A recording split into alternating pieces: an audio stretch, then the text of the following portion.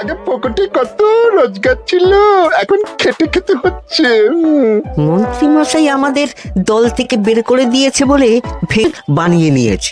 এবার দেখ না কিভাবে ওই লোকজনকে নাকানি চোপানি খাওয়াই। হ্যাঁ, আমাদের দল মানে তো ওই সবেদ নীলমণি পেঁচো ডাকাত, ওর উপরে আমার কোনো ভরসাই নেই। আরে বিশ্বাস আর ভরসা এই দুটোই তো আমাদের কাছে আছে নাকি? শোন, আমি পেঁচোকে একটা কাজে পাঠিয়েছি। যদি পেঁচো এই কাজটা করতে পারে তাহলে আমাদের রোজগারও হবে, প্রতিশোধ নেওয়াও হবে। আরে কোথায় পাঠিয়েছি সেটা বলবি তো? মন্ত্রী মশাইয়ের বাড়ি।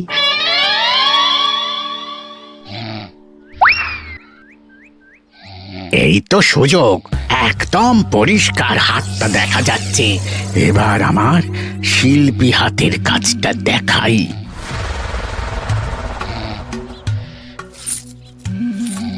চোর চোর চোর চোর! কোথায় কোথায় চোর? আমার গলার হার টেনে নিয়ে পালালো। এই তো কদিন আগে গড়িয়ে দিলাম। যাও না, গিয়ে চোরকে ধরো। ওই তো দেখা যাচ্ছে। এই বেটা দাঁড়া বলছি, হাতে পেলে না পিঠ গরম করে ছেড়ে দেবো। হাতে এলে তো এই এই এই বেটা দাঁড়া বলছি। এই বেটা দাঁড়া বলছি, দাঁড়া বলছি।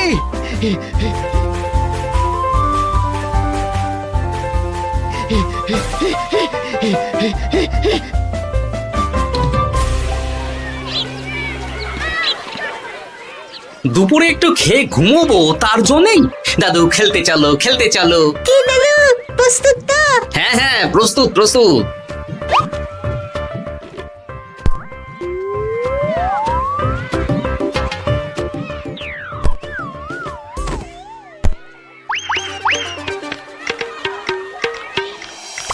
আরে আরে, এ তো পেঁচো ডাকাত।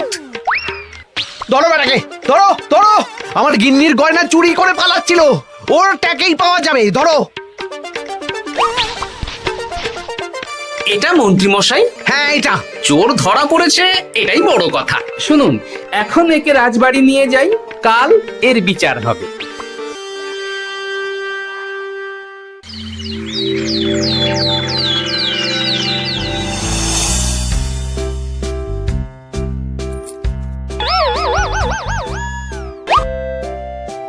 এতদিন গোপাল বুদ্ধি দিয়ে বাজিমাত করত, এবারে তো সাহসিকতার মাধ্যমে ভয়কে জয় করে পেঁচো ডাকাতকে ধরেছে। মানছি যে গোপাল আমার গিন্নির হার ফিরিয়ে দিয়েছে। বল মেরে ডাকাত চোর আমিও ধরতে পারি, এটা এমন কোনো সাহসের কাজই না। ঠিক আছে গোপাল, তুমি কিছু বলতে চাও? হ্যাঁ, বলতে চাই মহারাজ, আমি এই কৃতিত্বের ভাগীদার একা হতে চাই না। কারণ ন্যাপলা বলটা করেছিল বলেই আমি চালিয়ে খেলেছিলাম, আর ওই বল সোজা গিয়ে পড়ে পেঁচোর মাথায়। আর পেঁচু ডাকাত অক্কা যায়। এই তো সাহসিকতা, তুমি তো ওখান থেকে ভয়ে পালিয়ে যাওনি। আমি আবার বলছি, তোমার মতো সাহসী লোক যতদিন কৃষ্ণনগরে আছে ততদিন আমি নিশ্চিন্ত।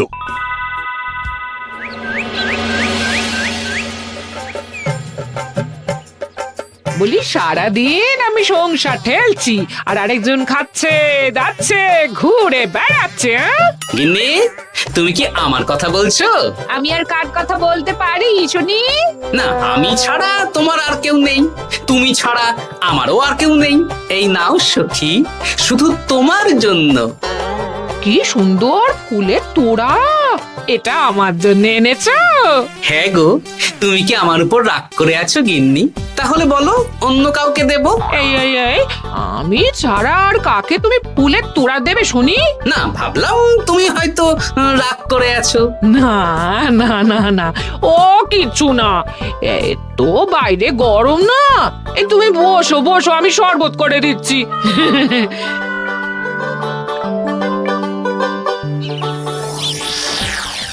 পুরো পরিকল্পনাটাই গোপাল চৌপাট করে দিল।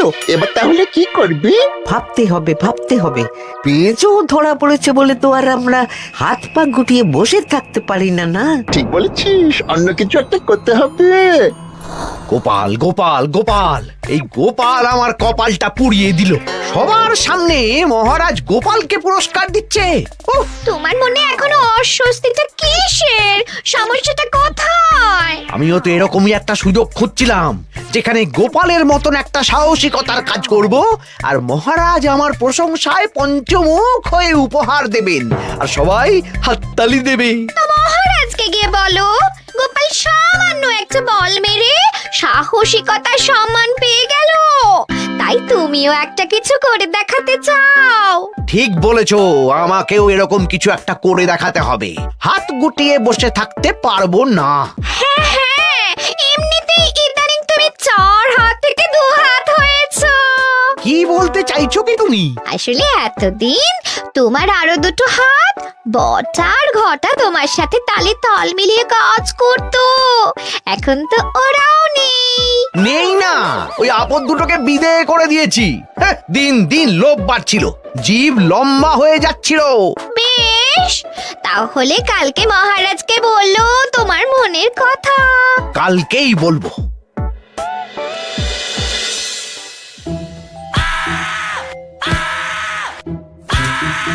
বল, তোকে কে পাঠিয়েছে বল? তোর এত বড় সাহস, তুই মন্ত্রী মশাইয়ের বাড়িতে দিনে দুপুরে চুরি করিস? বল। বলছি আমাকে ঘটাদা পাঠিয়েছিল। মন্ত্রী মশাইয়ের দল থেকে বেরিয়ে বটাদা আর ঘটাদা একটা নতুন দল খুলেছে, আমি ওই দলে যোগদান করেছি। আচ্ছা, এই ব্যাপার। বেটাদের একবার হাতে পাই।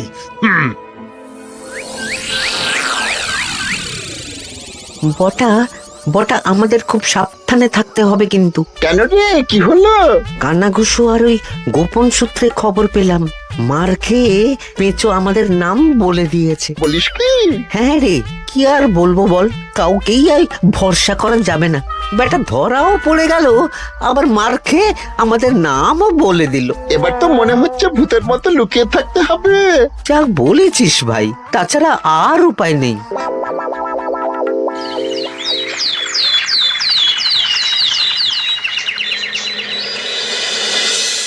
মহারাজ, আজ আমি সুবিচার চাই মহারাজ। কেন মন্ত্রী মশাই, আপনার উপরে আবার অবিচার কখন হলো? হ্যাঁ মন্ত্রী, তুমি কি সুবিচার চাইছো বলো?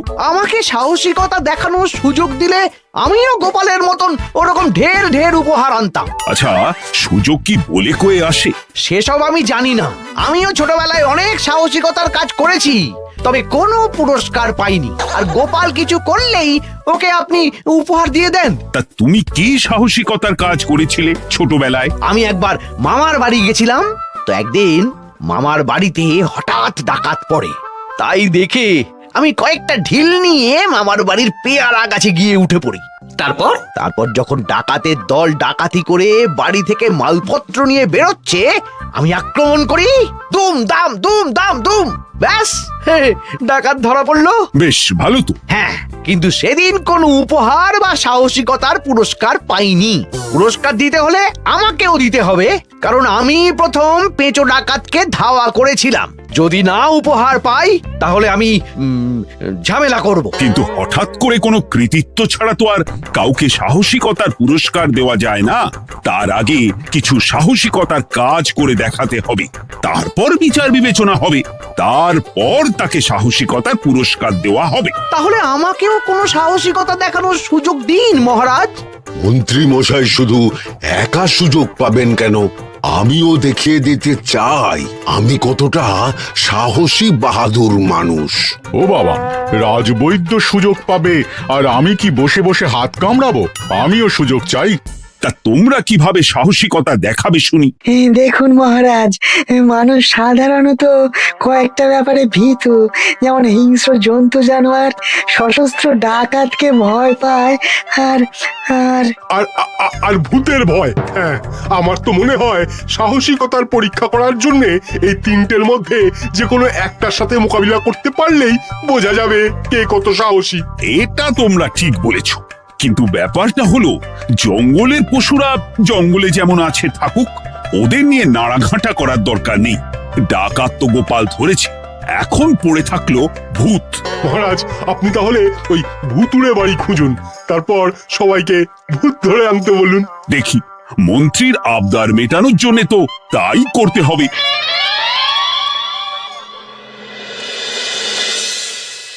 আজকে এটা কি রান্না করেছো বলো তো? ছোলা আর আলু দিয়ে তরকারি। ঝটপট খাবারটা খেয়ে নাও তো দেখি। হ্যাঁ, আচ্ছা, ছোলা আলুর তরকারি দিয়ে শুকনো রুটি খাওয়া যায়? হ্যাঁ, আহ বেশি বায়না না করে যা রান্না হয়েছে তা খাও তো বাপু। খেয়ে গায়ের শক্তি বাড়াও, কদিন পরে তো ভূতের সাথে লড়াই করতে হতে পারে। হ্যাঁ, ধুর ভূত, হ্যাঁ, ওসব ভূত প্রেতে আমি ভয় পাই না, বুঝলে?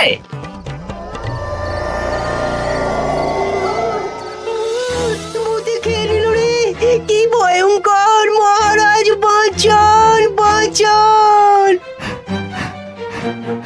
মহারাজ উপরে পায়চারি করছেন। কোথায় ভূত? আমি মহারাজের সঙ্গে দেখা করতে চাই। আচ্ছা আচ্ছা, উপরে যান।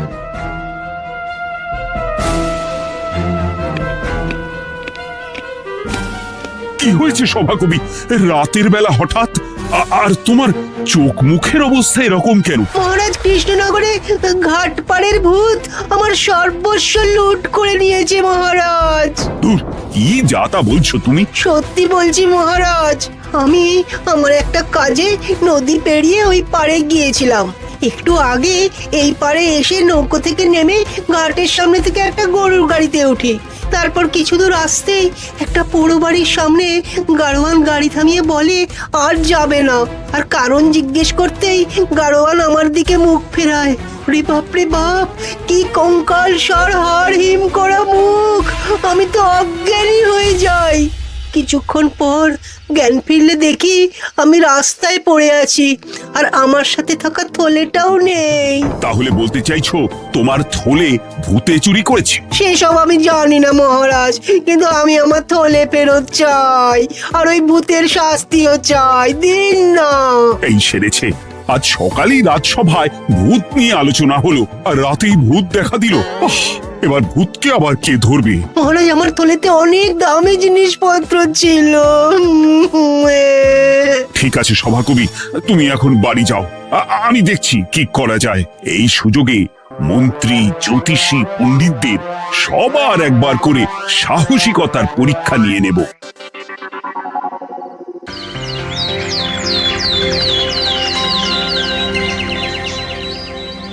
এই তো তোমরা সবাই চলে এসেছো।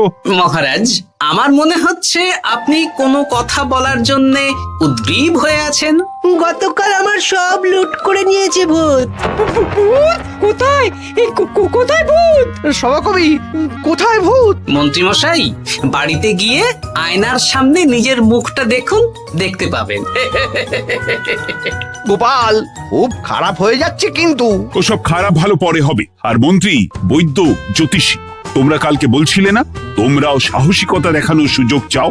তাই ভূত ধরে দেখাতে পারলেই তোমাদের আমি পুরস্কৃত করব। কিন্তু মহারাজ, ভূত কোথায় পাওয়া যাবে? গতকাল রাতে ঘাট পাড়ি এক গাড়োয়ানের গরুর গাড়িতে চাপতেই তোমরা ভূত দেখতে পাবে। প্রথমে মন্ত্রী, বৈদ্য, জ্যোতিষী, তোমরা চেষ্টা করে দেখো। যদি ভূত ধরতে না পারো তখন গোপাল যাবে, আর যে বা যারা ভূত ধরে আনতে পারবে তাকে বা তাদেরকেই আমি পুরস্কার দেব। আমার কারো সাহায্য লাগবে না মহারাজ, কিন্তু আপনি এত করে যখন বলছেন, না হয় বৈদ্য আর জ্যোতিষীকে নিয়েই যাব। দেখবেন আমরাই ভূত ধরে আনবো। আমরা বীর, আমরা সাহসী। ওসব ভূত ধরা গোপালের কম্য নয়।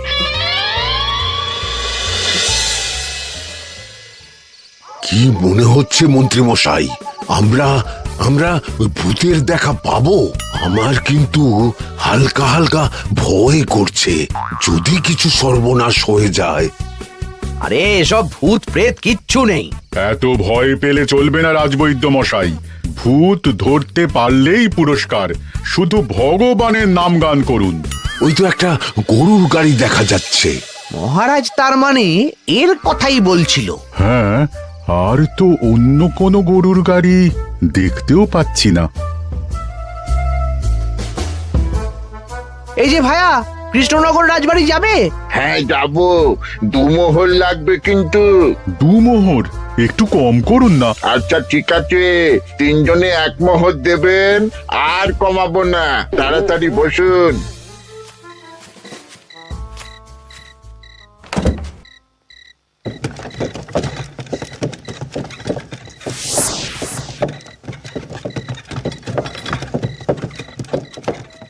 দূর দূর দূর, এতক্ষণ কোনো ভূতই নেই। সভাকবি যে কি দেখে ভয় পেয়েছে কে জানে। অকারণে এক মোহর লোকসান। সত্যি আমরা অকারণে সাহসিকতার পরীক্ষা দিতে এলাম।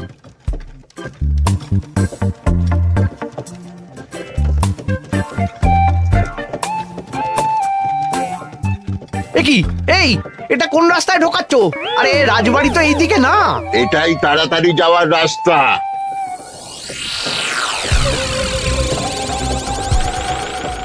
গাড়ি আর যাবে না। যাবে না মানে? আমরা তো রাজবাড়ি অবধি যাব। হাতের আংটি পয়সা করি যা আছে বের করে ফেল, নইলে এক্ষুনি চিবিয়ে খাবো। ওরে বাবা, ভূত ভূত পালাও।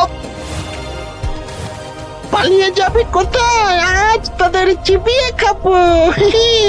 ও ঠাকুর, বাঁচাও বাঁচাও ভগবান, বাঁচাও।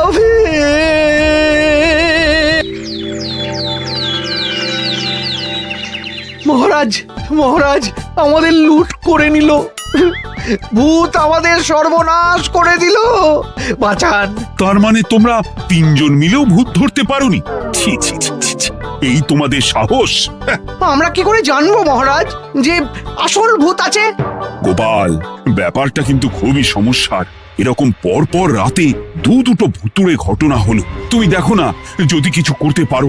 আচ্ছা মহারাজ, দেখছি।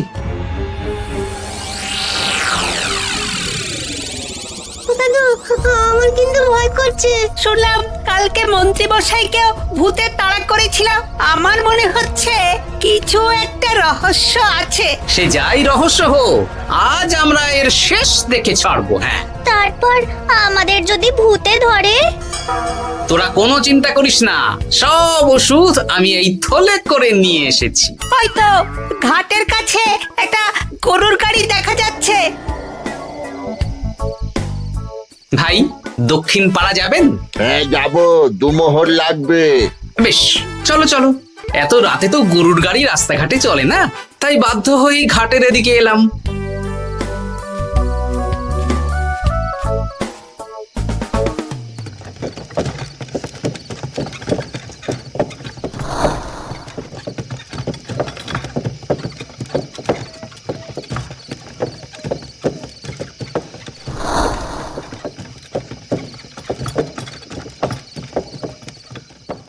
আচ্ছা, অন্য গলিতে নিয়ে আমাদের ভয় দেখানোর মতলব। হ্যাঁ, ঠিক আছে, এগুলো চুপি চুপি চাপিয়ে নে, আমিও পড়ছি।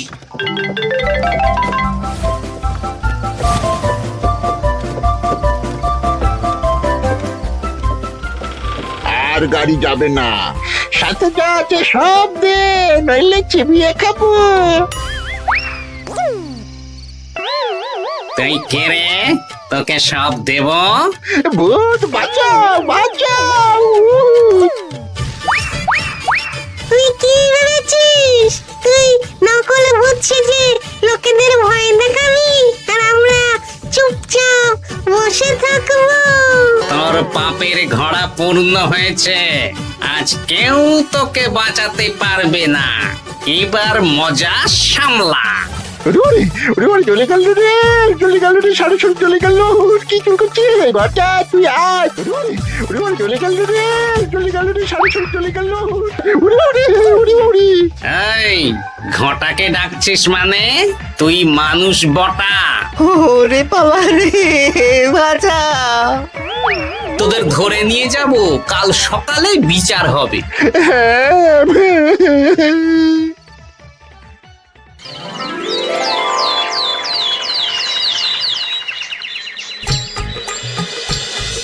সাবাস গোপাল, তুমি তো কামাল করে দিয়েছো।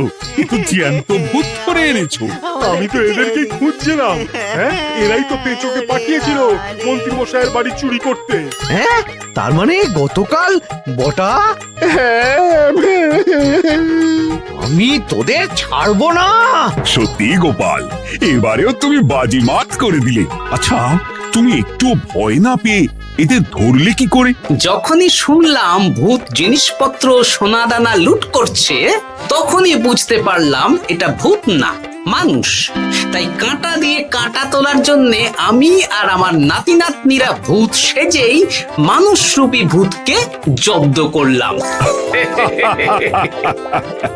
সত্যি গোপাল, তুমি সাহসী বীর পুরুষ। তোমার সাহসের কাছে বাকিরা তো নস্যি।